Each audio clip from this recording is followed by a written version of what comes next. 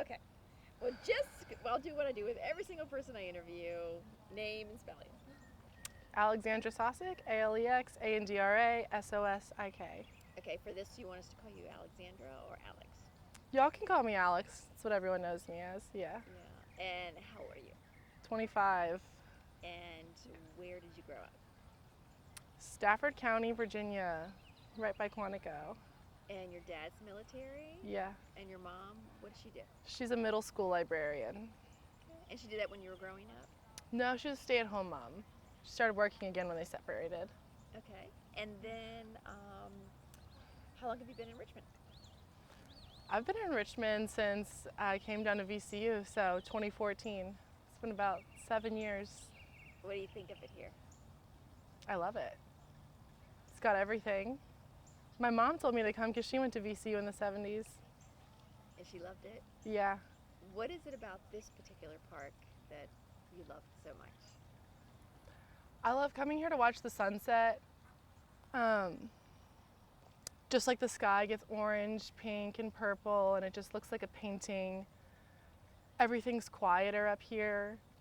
Sometimes it's easy to feel closed in the fan or in the city. And like, even though we're still in the city, there's grass. I feel like I've got space. Like I can just breathe and like not feel claustrophobic. Right. And you could exercise here, and you said you run the trails and all that. Yeah, exercise, picnics. Just, I'll come here with friends or I'll come here by myself. Yeah. And I imagine just knowing what your line of work is like, because I'm in the same line of work, is the stress. Is it a good place to really to go away from the stress of it all?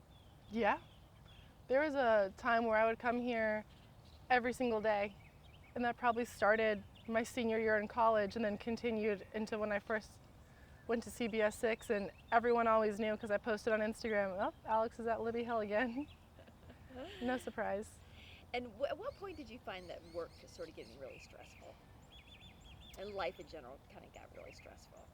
Uh, when COVID started, just because it's our job to talk about the number one thing that's impacting all of us personally, anyways. Now it's all we're talking about at work. And when COVID first started, every major development in Virginia happened on a weekend. We had 3 deaths in the entire state, and on a Sunday night, a couple of ladies passed away, and it doubled the death count to 6, which at the time was huge. On the weekends, we have a skeleton crew. We're a great team, but I think just seeing how empty the newsroom is, I felt a lot of weight on my shoulders. And then, like, shortly after, when the protests started, a lot of the things that happened with that were on the weekends as well. And once again, it's something that's impacting all of us personally, and it's our job to talk about it too. So there's not really space to process as a human. There was no ability to like turn it off, for the lack of a better phrase. Every day off I had, I would drive down to the beach for the day and just listen to the waves because I needed some separation and to just like quiet all the noise going on around me and in my head. And I don't say noise like COVID and the racial justice movement, where noise, like, those are very important things, but not being able to have a healthy balance of when I would intake all of that information and when I wouldn't. Because you're at work, you do it, you're with your friends and family, they think you want to talk about news anyways because it's your job. You have friends and family who are very personally affected. We're personally affected. It got so loud. Right. And overwhelming. And you're right, on the weekends you kind of feel isolated and alone. Like the day that all the power went out, and I felt like the whole world caving in because I felt like alone. Yeah. And how am I I going to do this alone? I imagine that those feelings of loneliness probably were overwhelming. Yeah, I just felt like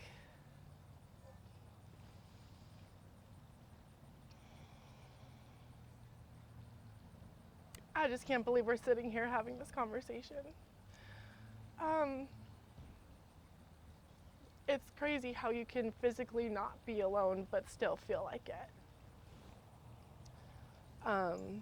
And that's something I've always been aware of for other people, but could never see in myself.